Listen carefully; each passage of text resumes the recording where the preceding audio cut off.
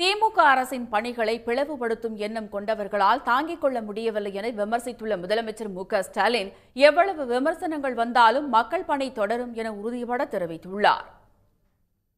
சென்னை ராஜா அண்ணாமலைபுரத்தில் உள்ள கபாலீஸ்வரர் கற்பகாம்பாள் திருமண மண்டபத்தில் இந்து சமய அறநிலையத்துறை சார்பில் 32 இணைகளுக்கு திருமணம் நடைபெற்றது.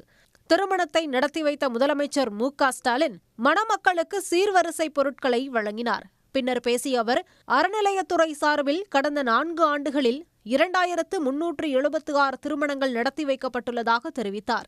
எந்த ஆட்சியிலும் இல்லாத வகையில் 3000க்கும் மேற்பட்ட கோயில்களில் குடமுழுக்கு நடத்தப்பட்டுள்ளதாகவும் 29 அர்ச்சகர்கள், 12 பெண் ஓதுவார்கள் உள்ளிட்ட 46 ஓதுவார்கள் நியமிக்கப்பட்டுள்ளதாகவும் முதலமைச்சர் தெரிவித்தார்.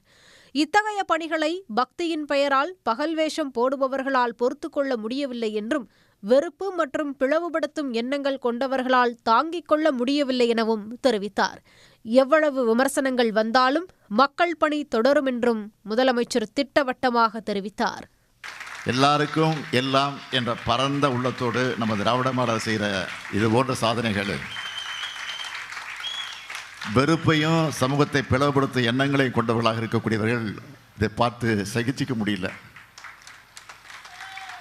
பக்தியின் பேரில் பகல் வேஷம் போடக்கூடியவங்க இதை தாங்கிக்க முடியல. ஆனால் உண்மையான பக்தர்கள் நம்ம ஆட்சியோட ஆன்மீக துண்டை பாராட்டுறாங்க.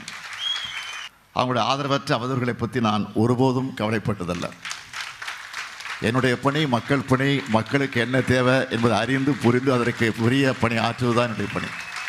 கேலிகளும் விமர்சனங்களும் மேலும் மக்கள் பணி செய்வதற்கான ஊக்கத்தை அளிப்பதாக கூறிய முதலமைச்சர், மணமக்கள் தங்கள் குழந்தைகளுக்கு தமிழ் பெயர்களை சூட்ட வேண்டும் என்றும் வலியுறுத்தினார். இந்த விழாவில் அறநிலையத்துறை அமைச்சர் சேகர்பாபு உள்ளிட்ட ஏராளமானோர் கலந்து கொண்டனர். உடனுக்குடன் செய்திகளை தெரிந்து கொள்ள சன் நியூஸ் பெல் ஐகானை கிளிக் பண்ணுங்க.